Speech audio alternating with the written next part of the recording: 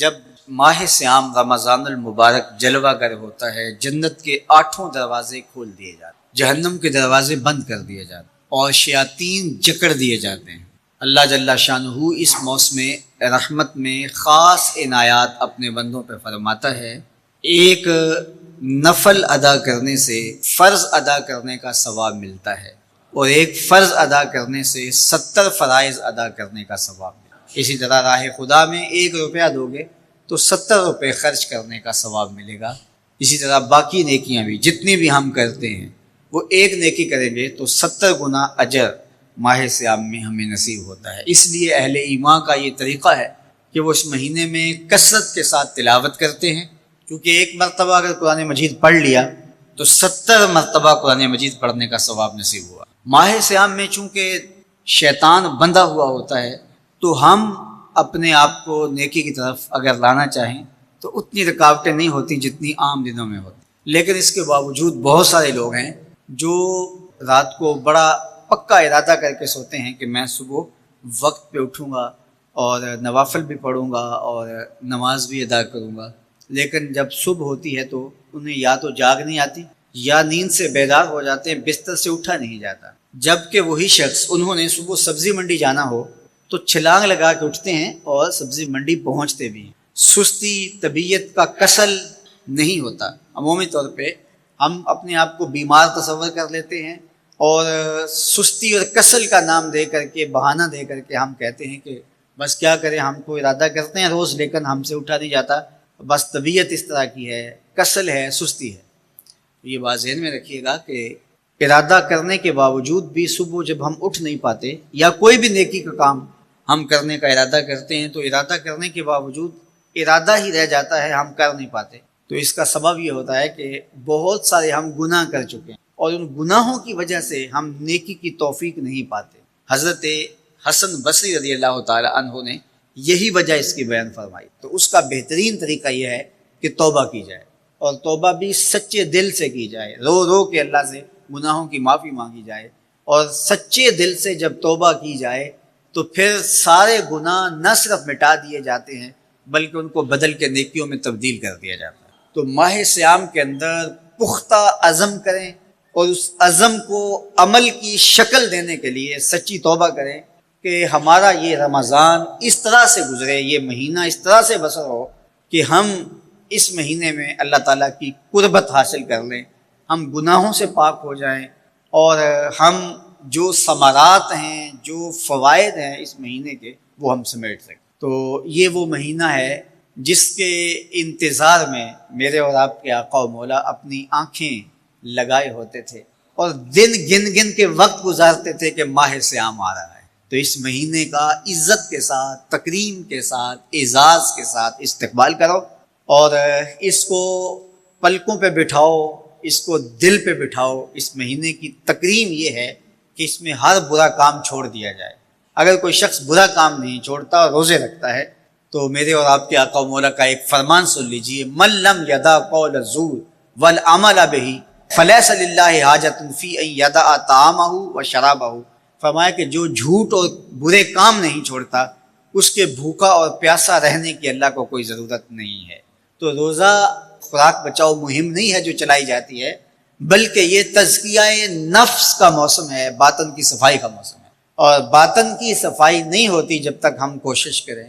آپ کے بدن پہ بہت ساری میل چڑھی ہوئی ہے اور جمی ہوئی ہے بدن کے ایک ایک عضو پہ میل، تو آپ پانی میں چھلانگ لگا کے باہر بھی آ جاتے ہیں تو میل نہیں اترتی، چلو کچھ نہ کچھ فرق تو ضرور پڑ جاتا ہے لیکن میل نہیں اترے گی۔ میل کب اترے گی؟ جب آپ اپنے بدن کو مل مل کے اس کے اوپر صابون لگا کر کے اچھی طرح سے اس کو جب اتاریں گے محنت کوشش سے تو پھر آپ کا بدن مہک جائے گا، ہلکا پھلکا ہو جائے گا، میل اتر جائے گی۔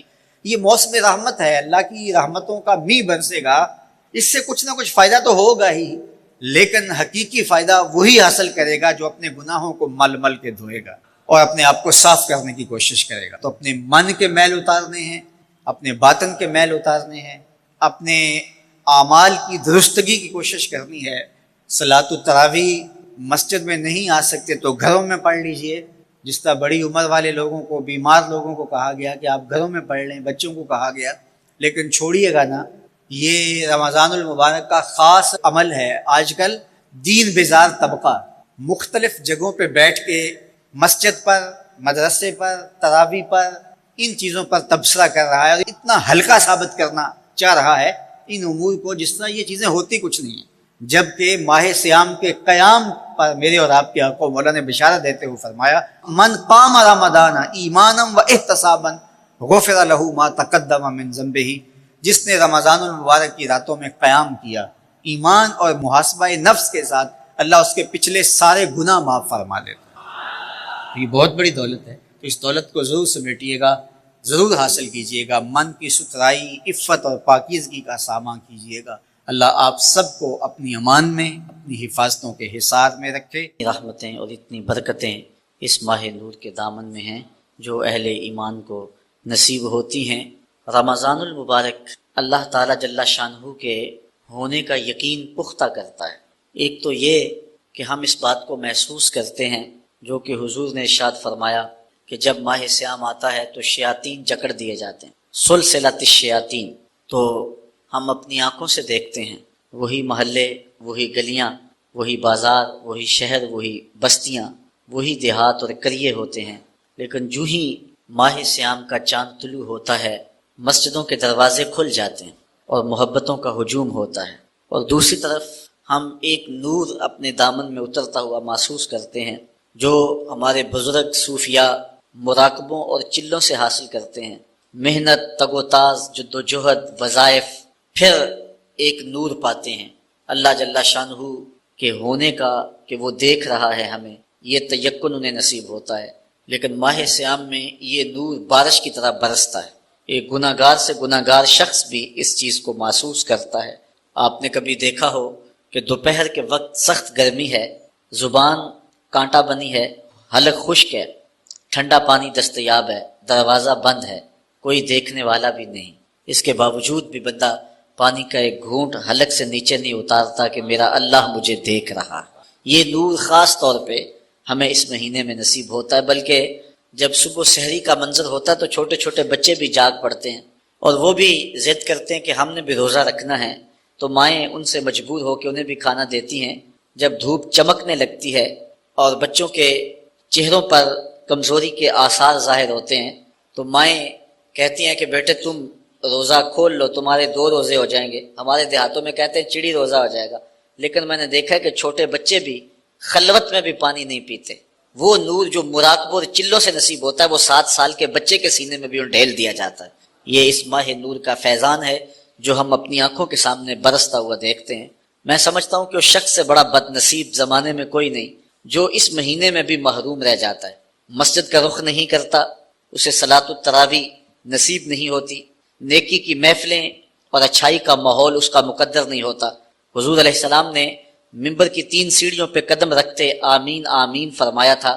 بعد میں صحابہ کے پوچھنے پر ارشاد فرمایا کہ میرے پاس جبریل امین آئے تو انہوں نے کہا اس شخص کی ناک خاک آلود ہو جو والدین کو بڑھاپے میں پائے اور خدمت کر کے جنتی نہ ہو، تو میں نے آمین کہا۔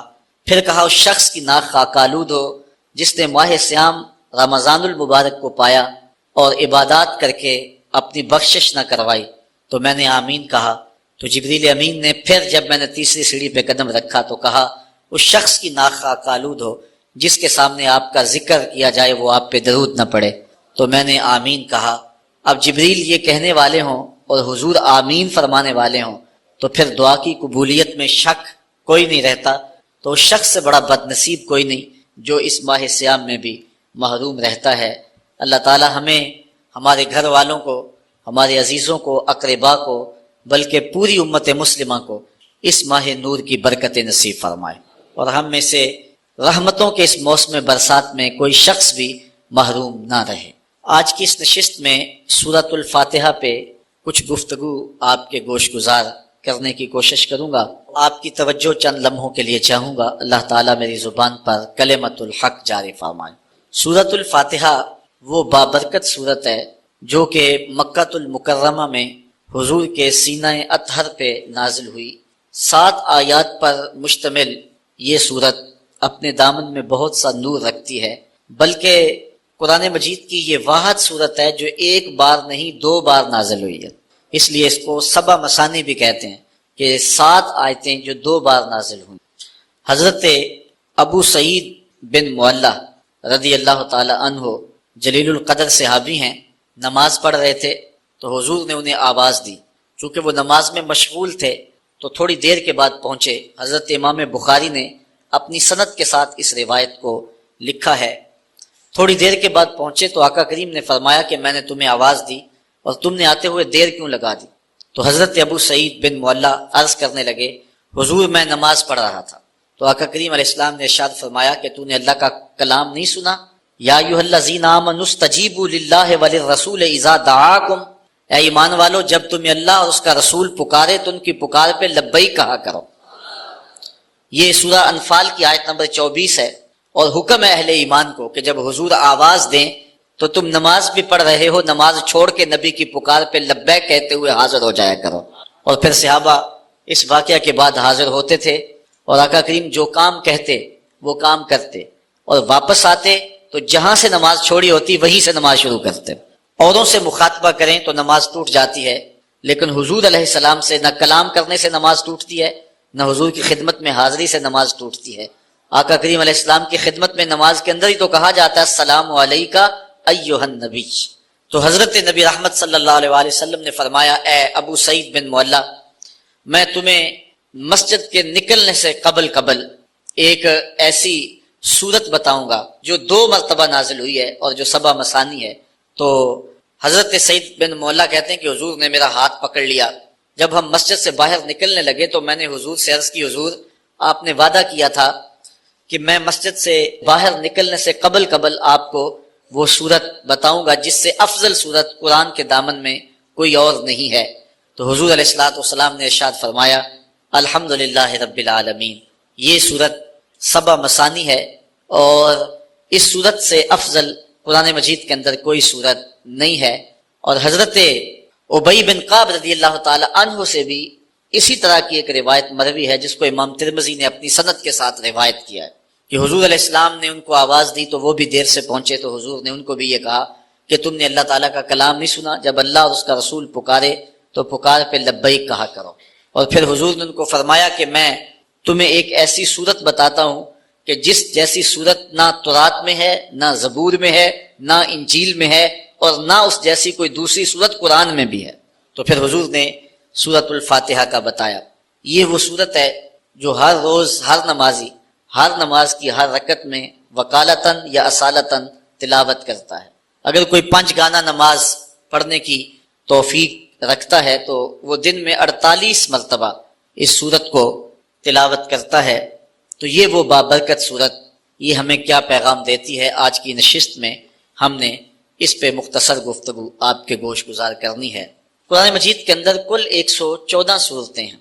سورہ توبہ کے علاوہ ہر صورت کے ابتدا میں تسمیہ شریف بسم اللہ الرحمن الرحیم موجود ہے، جو احناف کے نزدیک 2 صورتوں کے فاصلے کے لیے لایا گیا ہے، جبکہ سورہ نمل میں بسم اللہ الرحمن الرحیم یہ جزو قرآن ہے۔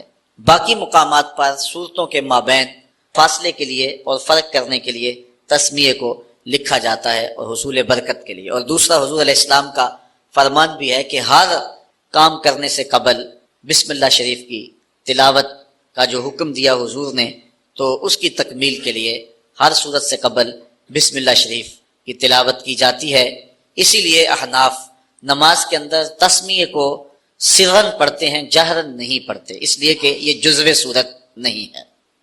یہ اللہ کے بابرکت نام سے صورت کا آغاز ہو رہا ہے اور اس کی حمد بولنے کے حکم نامے سے اس صورت کے مضامین شروع ہو رہے ہیں۔ الحمدللہ رب العالمین، تمام خوبیاں اللہ کے لیے جو تمام جہانوں کا پالنے والا ہے۔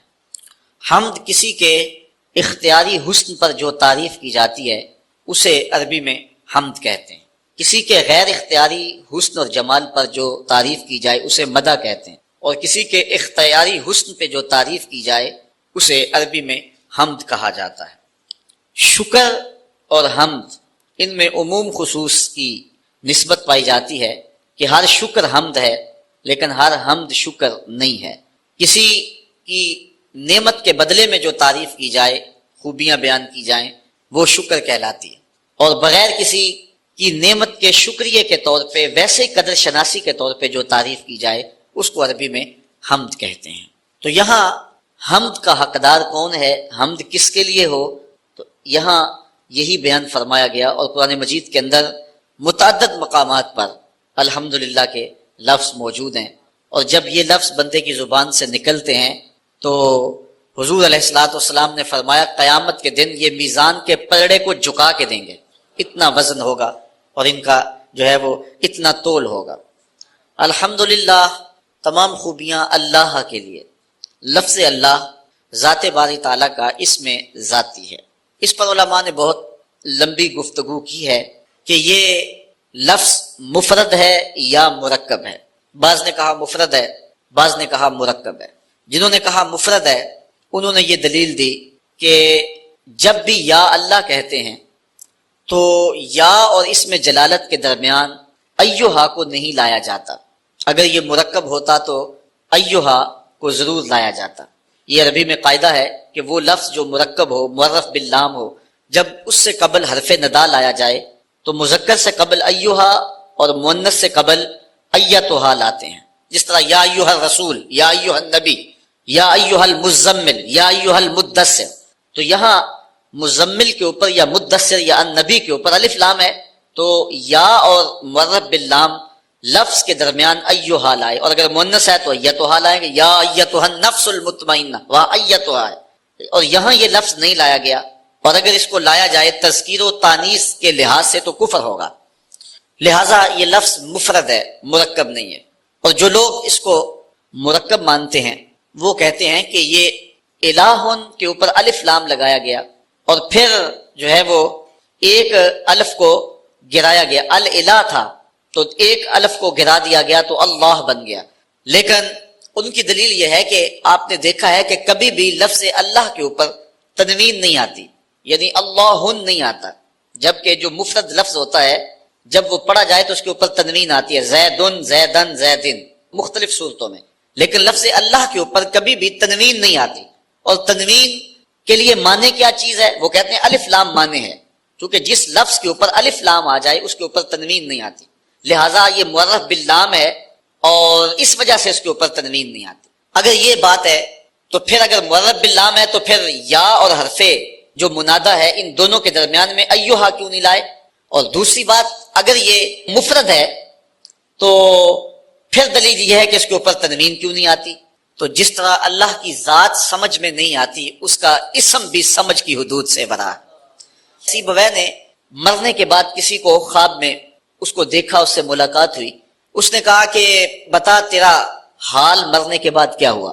تو سیبویہ نے جو جواب دیا، میں یہ تھوڑی سی بحث کی ہے اس لفظ کے اوپر، وہ اسی لیے کی کہ سیبویہ نے جو جواب دیا ہم بھی اس کے مستحق ہو جائیں، ورنہ یہ مشکل بحث تھی، لیکن میں نے اس کے باوجود اس بحث کو چھیڑا اور دو چار باتیں اس پہ کر دیں۔ سیبویہ کہتا ہے میں ساری زندگی لفظوں کی کھال ادھیڑتا رہا اور بال کی کھال ادھیڑتا رہا، اور ساری زندگی میں لفظوں میں الجھا رہا، قرآن مجید کے معنی مطالب اس کی طرف میں نہ گیا اور میں لفظوں پر ہی ساری زندگی بحث کی۔ مرنے کے بعد میرے مالک نے مجھے بخش دیا، تو میں نے عرض کی کہ مالک میرا کون سا نیک عمل تھا جس کی وجہ سے مجھے بخش دیا؟ تو ارشاد ہوا کہ تو نے لفظوں پہ ساری زندگی بحث کی، یہ تیرا کوئی ایسا عمل نہیں تھا، لیکن لفظوں میں بحث کرتے کرتے میرا نام بھی اس لفظوں کے اندر آیا، لفظ اللہ۔ کسی نے کہا یہ نکرہ تھا، الف لام لگا کے معرفہ بنایا گیا، کسی نے کہا یہ علم ہونے کی وجہ سے معرفہ ہے، لوگوں نے اس پہ بحثیں کی، لیکن سیبویہ کہتا ہے کہ میں نے کہا کہ یہ پہلے ہی معرفہ تھا، لیکن اس میں جلالت ہونے کی وجہ سے اس کو مزید معرفہ کر دیا گیا، تو یہ عارف المعارف ہے، یہ معرفہ کا بھی معرفہ ہے۔ کہتا کہ میں نے اس کے بابرکت نام کو عارف المعارف کہا، تو اللہ تعالیٰ جل شانہ کو میری یہ ادا پسند آ گئی اور میری مغفرت فرما دی، اس لیے میں اس کے بابرکت نام پہ تھوڑی سی بات کی ہے کہ باوجود کہ یہ علماء کا موضوع ہے، لیکن سارے لوگ پوری توجہ سے اس گفتگو کو سن رہے تھے۔ کس لیے سن رہے تھے؟ کہ ہمارے رب کے نام پر بحث ہو رہی ہے، تو اللہ کی رحمتوں سے یہ بعید نہیں ہے کہ اللہ اس کے صدقے سے ہماری بھی مغفرت فرما دے کہ یہ اجمی لوگ ہیں لیکن میرے نام پر بحث کو غور سے سن رہے تھے، تو اللہ تعالیٰ جل شانہ اس کے صدقے ہم سب کی مغفرت فرمائے۔ تو کہا تمام خوبیاں اللہ کے لیے، اب یہاں الحمد کے اوپر جو الف لام ہے یہ بھی علماء نے کہا جنس کے لیے، یا الف لام جنس کا ہے یا استغراق کا ہے۔ ان دونوں صورتوں میں معنی یہ بنتا ہے کہ ہر خوبی اللہ کے لیے، یا ہر چیز جس کو خوبی کہا جا سکتا ہے وہ اللہ کے لیے، یعنی ہر کمال، ہر تعریف، ہر وصف، ہر خوبی، اس کے جتنے بھی افراد ہیں، یعنی خوبی کی جتنی بھی صورتیں اور قسمیں ہیں وہ سب اللہ کے لیے۔ اور دوسرا معنی یہ ہے کہ جسے خوبی کہتے ہیں، نفس خوبی، خوبی، جن سے کمال، جن سے تعریف، وہ سب کے سب اللہ کے لیے، جس کی شان یہ ہے رب العالمین، جو تمام جہانوں کا پالنے والا ہے۔ کسی چیز کو اس کی استعداد ذاتیہ کے مطابق درجہ بدرجہ مرتبہ کمال تک پہنچانا ربوبیت کہلاتا ہے، یعنی جو اس کی فطری لیاقت اور استعداد ہے، جو اس کی طبع میں رکھی گئی ہے۔ کبھی ایسا نہیں ہوا کہ آپ نے ایک مرغی کو بہت سارا دانہ ڈالا ہو اور وہ بڑھتے بڑھتے اونٹ جتنی ہو گئی ہو، اور کبھی ایسا نہیں ہوا کہ ایک اونٹ کو چارہ کم ملا ہو اور وہ کمزوری کی وجہ سے مرغی کی مقدار کو پہنچ گیا ہو، ایسے نہیں ہوتا۔ کبھی ایسے نہیں ہوا کہ آپ نے بہت زیادہ کھاد ڈالی اور ایک چھوٹا سا پودا گلاب کا وہ برگد کا درخت بن گیا ہو اور اتنا بڑا ہو گیا ہو، اور کبھی ایسا نہیں ہوا کہ ایک برگد کے پودے کو مناسب نمی اور نشو و نما اور اس کو پانی نصیب نہ ہوا ہو تو وہ بالکل چھوٹا رہ گیا ہو۔ جو جس کی استعداد ذاتیہ ہے اس کے مطابق ہی اس کی تربیت کی جاتی ہے۔ مرد کی تربیت مردانہ شان کے مطابق اور عورت کی تربیت اس کے مطابق، اس طرح جانور کی تربیت، درختوں کی تربیت، ہر شے کی جو استعداد ذاتیہ ہے اس کے مطابق تربیت کرنا، جو اس کی ضرورت ہے وہ اس کو بہم پہنچانا، اس کو ربوبیت کہتے ہیں۔ ایک بچہ پیدا ہوتا ہے، اس کا معدہ اتنا کمزور ہوتا ہے کہ وہ کوئی غذا برداشت نہیں کر سکتا، تو اللہ تعالیٰ جل شانہ نے اس کی اس عمر کے لیے ماں کی چھاتیوں کے اندر متوازن غذا دودھ کی صورت میں رکھی ہے۔ یہ اس کی ربوبیت کی شان ہے۔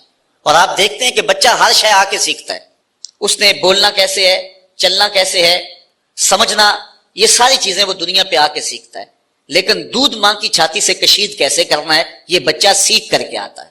یہ اللہ تعالیٰ جل شانہ اس کو جو ہے وہ پڑھا کر کے، اس کو سکھا کر کے بھیجتا ہے۔ قرآن مجید میں ایک مقام پہ فرمایا وَهَدَيْنَاهُ النَّجْدَيْنِ، ہم نے اس کو دونوں گھاٹیاں دکھا دی۔ اور اس سے مفسرین فرماتے ہیں ماں کی چھاتیاں مراد ہیں، کہ بچہ سیکھ کر کے آتا ہے۔ بطخ کے بچے کو تیرنا پہلے ہی آتا ہے، وہ دنیا پہ آ کر نہیں سیکھتا۔ مرغی کا بچہ جو ہے اس کے وظائف الگ ہے، وہ پانی میں نہیں جا سکتا ہے، تو اس کو اس کے مطابق تربیت دی۔ اور بطخ کے بچے کے پاؤں اس طرح چوڑے رکھے جس سے وہ پانی کو پیچھے دھکیل سکے، یہ اس کی استعداد ذاتیہ کے مطابق اس کی تربیت کی۔ جس کو چارہ چاہیے اس کو چارہ بہم پہنچایا، جس کو کھانا چاہیے اس کو کھانا بہم پہنچایا، جس کو دودھ چاہیے اس کو دودھ بہم پہنچایا۔ ایک پرندہ ہے جسے ہنس کہتے ہیں، وہ سچے موتی کھاتا ہے۔ آپ اگر جائیں نا پنساری کی دکان پہ اور اس کو کہو کہ مجھے 2-4 تولے دے دے، تو ہو سکتا ہے سیالکوٹ سے ملے ہی نہ، گجرانوالا سے بھی نہ ملے۔ جو بالکل سچے جو ہے وہ موتی ہیں وہ عدم دستیاب ہو، ملے ہی نہ آپ کو، اور اگر وہ ملے بھی تو ہزاروں روپے تولے کے حساب سے ملیں گے۔ لیکن ہنس نامی پرندہ روز پیٹ بھر کے کھاتا ہے اور اللہ تعالیٰ اس کو روز مہیا فرماتا ہے۔ یہ اس کی شان ربوبیت ہے۔ یہ تو لوگ الجھ گئے ہیں، وہ توکل چھوڑ گئے ہوئے ہیں، وہ سمجھتے ہیں کہ شاید ہم اپنے رزق کو ہم نے خود اکٹھا کرنا ہے اور بھول گئے ہوئے ہیں۔ یہ رب کی ذمہ داری ہے، یہ اس کی شان ربوبیت ہے، جس کو جو چاہیے اس کو وہ بہم پہنچاتا ہے۔ ہمیں صرف اتنی ڈیوٹی ہے کہ ہم اسباب کی تلاش کریں، اس کے بعد جو کچھ ہے اس کے کرم پہ چھوڑ دیں۔ لیکن جو اس نے لکھا ہے اگر ہم فرض کرو اسباب بھی چھوڑ دیں پھر بھی جو قسمت میں ہے وہ مل کے رہے گا۔ حضرت شیخ سعدی شیرازی نے یہاں بڑی خوبصورت بات کی۔ آپ فرماتے ہیں کہ ایک شخص جا رہا تھا جنگل میں، اس نے ایک لومڑی کو دیکھا کہ جس کے پاؤں بھی نہیں ہے، ہاتھ بھی نہیں ہے، تو اس نے کہا کہ اس کو رزق کیسے ملتا ہوگا۔ ساتھ ہی ایک درخت کے اوپر بیٹھ گیا، ایک شیر آیا، اس نے شکار کیا اور اس نے شکار کھایا اور پس خوردہ چھوڑ کے چلا گیا۔ یہ لومڑی رینگتی رینگتی پہنچی اور پہنچ کر کے اس نے جو ہے وہ بچا کھچا کھایا اور اپنا پیٹ بھر لیا۔ یہ جا کے غار میں بیٹھ گیا کہ جب لومڑی کو جس کے ہاتھ بھی نہیں ہے، پاؤں بھی نہیں ہے، اللہ تعالیٰ نے اس کے رزق کا وسیلہ بھی قائم کر دیا، تو جو میری قسمت کا لکھا ہے وہ بھی مجھے مل جائے گا، تو میں محنت کیوں کرتا پھرتا ہوں۔ تو وہ جا کے ایک غار میں بیٹھ گیا، ایک آدھا وقت تو فاقہ کاٹا، جب بھوک سے نڈال ہوا تو آواز آئی ہاتف سے، اے بندے میں تیرا بھی رب ہوں، لیکن لومڑی نہ بن، شیر بن، خود بھی کھا اور اوروں کو بھی کھلا۔ ہمیں حکم ہے کہ ہم اسباب پر نظر رکھیں، لیکن حقیقی نظر ہماری جو ہے وہ مسبب پر ہونی چاہیے۔ ہم ایسا نہ ہو کہ رزق کی تلاش میں رازق کو چھوڑ دیں، اور ہم اس دنیا کو مقصود بنا لیں. اللہ تعالیٰ نے ان لوگوں کی مذمت کی ہے جن کا اوڑھنا بچھونا دنیا ہے. ارشاد فرمایا کہ جو ہے وہ لوگ الذی جمع مالا وعددہ یحسب ان مالہ اخلدہ کلا لینبذن فی الحطمہ وما ادراک ما الحطمہ نار اللہ الموقدۃ التی تطلع علی الافئدہ. وہ جو مال جمع کرتا رہتا ہے اور گنتا رہتا ہے اور پھر یہ خیال کرتا ہے کہ میرا مال مجھ کو لافانی کر دے گا. اللہ تعالیٰ فرماتا ہے ہم اس کو پکڑ کے بڑی آگ میں ڈالیں گے. اور وہ بڑی آگ کیسی ہے؟ اللہ فرماتا ہے کہ وہ میری جلائی ہوئی آگ ہے اور وہ ایسی سخت آگ ہے کہ جو دل بھی کھا جائے گی، کلیجے بھی چاٹ جائے گی. تو اس آگ میں ہم اس بدبخت کو ڈالیں گے جو رزق کی تلاش میں رازق کو بھول گیا ہوا ہے اور جس نے رزق کو مقصود اور قبلہ جان سمجھ لیا ہے. اور آج ہماری پریشانیاں، ہمارے دکھ اور اذیتیں یہ ہے کہ ہم بھول گئے ہیں، ہمارا توکل کمزور ہو گیا. اگر اللہ پہ توکل پختہ ہو تو کوئی مسئلہ نہیں. وہ رب العالمین ہے، تمام مخلوقات کا رب ہے. یہاں رب کا لفظ جو ہے وہ واحد ہے، عالمین جمع ہے. عالم کہتے ہیں ما سوی اللہ، اللہ کے علاوہ جو کچھ ہے وہ عالم ہے. اور ایک عالم کا رب نہیں ہے، تمام عالمین کا رب ہے. پرندوں کا بھی رب وہی ہے، درندوں کا رب بھی وہی ہے، چوپایوں کا رب بھی وہی ہے، چڑیوں کا رب بھی وہی ہے. جو پانی میں تیرنے والے، زمین پہ رینگنے والے، ہواؤں میں اڑنے والے، حتیٰ کہ آگ کے اندر پرورش پانے والے، اور انسانوں، جانوروں، حیوانوں، بہائم، ہر ایک کا رب وہی ہے. تمام کائنات کو برابر دے رہا ہے. کوئی مانتا اسے بھی دے رہا ہے اور جو نہیں مانتا اسے بھی دے رہا ہے. یہاں وہ رب المسلمین نہیں کہا کہ مسلمانوں کا رب ہے، یہ بھی نہیں کہا کہ انسانوں کا رب ہے، یہ بھی نہیں کہا کہ فرما برداروں اور متیوں کا رب ہے. کہا وہ تمام عالم کا رب ہے. کائنات کی ہر شے کا رب وہی ایک اللہ ہے جو کہ تمام تعریفوں کا حقدار ہے اور تمام مدح و ستائش اور حمد و توصیف جس کے لائق ہے. وہ ایک سب کا خالق ہے اور سب کا رازق ہے اور سب کا رب ہے. اور اسی کو زیبا ہے کہ وہ سب کو رزق دے. ماننے والوں کو بھی دے رہا ہے، نہ ماننے والوں کو بھی دے رہا ہے. جو نہیں مانتے ان کو بھی دے رہا ہے، بلکہ ان کو زیادہ دے رہا ہے. بلکہ ایک حدیث میں آتا ہے کہ اگر مسلمانوں کی دل شکنی کا لحاظ اور خیال نہ ہو تو کافروں کے گھروں کی سیڑھیاں جو ہیں وہ سونے چاندی کی بنا ڈالو، اتنا ان کو دوں. لیکن یہ کہیں گے ہمیں تو زیادہ ہی رگڑ دیا گیا. کافر کو بخشے حور و قصور اور مومن کے لیے فقط وعدہ ہو. پہلے شکوہ کر دیا گیا، پھر تو اور زیادہ شکوہ کریں گے. لیکن وہ ہر ایک کا مالک ہے. جو نہیں مانتا اسے بھی دے رہا ہے، جو مانتا اسے بھی دے رہا ہے. جو اس کے حضور سجدہ ریز نہیں ہوتا رب اس کا بھی ہے، اور جو اس کے حضور پانچوں وقت سجدہ ریز ہوتا ہے رب اس کا بھی ہے. کبھی سورج کو نہیں کہا یہ میرے نافرمانوں کا گھر ہے، اس کے گھر میں روشنی نہ بکھیرنا. یہ مجھے سجدہ نہیں کرتا، ہوا تو اس گھر میں آکسیجن نہ پہنچانا. کبھی چاند کو نہیں کہا تیری چاندنی فلاں کے آنگن میں نہیں اترنی چاہیے، وہ میرے نافرمانوں کا گھر ہے. کہا جس طرح با یزید کے گھر میں روشنی کرتا ہے سورج، اس گناہگار کے گھر میں بھی ایسے ہی کرنی ہے. چاہے گناہگار ہے لیکن میں اس کا بھی اسی طرح رب ہوں جس طرح با یزید بستامی کا رب ہوں. اب تھوڑا سا ایک اور اس پہ نقطہ سمجھنے کی کوشش کیجئے. عالمین اتنے ہیں اور رب ایک ہے. یہاں رب کا لفظ واحد ہے اور عالمین بہت سارے ہیں. یہاں یہ بات عقیدے کی سمجھ میں آتی ہے کہ ایک رب کے کئی عالم ہو سکتے ہیں، یعنی کئی عالمین کا ایک رب ہو سکتا ہے. ایک باپ کے کئی بیٹے ہو سکتے ہیں، اور ایک شوہر کی کئی بیویاں ہو سکتی ہیں. ایک آقا کے کئی غلام ہو سکتے ہیں، اور ایک رب کے کئی بندے ہو سکتے ہیں. لیکن ایک بندے کے کئی رب نہیں ہو سکتے، ایک بیوی کے کئی شوہر نہیں ہو سکتے، اور ایک غلام کے کئی آقا نہیں ہو سکتے ہیں. یہ شان ہے کیونکہ ایک رب کے کئی مملوک اور کئی مربوب ہو سکتے ہیں، وہ سب پر کرم نوازی فرمائے. لیکن ایک مربوب کے کئی رب نہیں ہو سکتے. اور دوسری بات یہاں سمجھنے میں یہ آتی ہے کہ وہ ایک رب ہو کے سب کو برابر دے رہا ہے اور سب پہ کرم فرما رہا ہے اور سب کو نواز رہا ہے. اور ہر بندہ یہ سمجھتا ہے کہ جتنا فضل میرے پہ ہو رہا ہے شاید دنیا کے اوپر میں ہی اس کا بندہ ہوں. یعنی اتنا کرم، اتنا فضل ایک ایک بندے پہ. انسان ذرا غور کرے، اس کے اندر کے سسٹم، اس کا نظام زندگی، اس کو دیے جانے والی عزتیں، اس کو شہرت، وقار، اس کو دولتیں، اس کی اولادیں، یہ کیا کیا ایک شخص کو دیا گیا ہے. اور ایک رب نے سب کو دیا ہے. اس کے کئی بندے ہیں لیکن اس کے باوجود کسی کو کمی نہیں چھوڑی.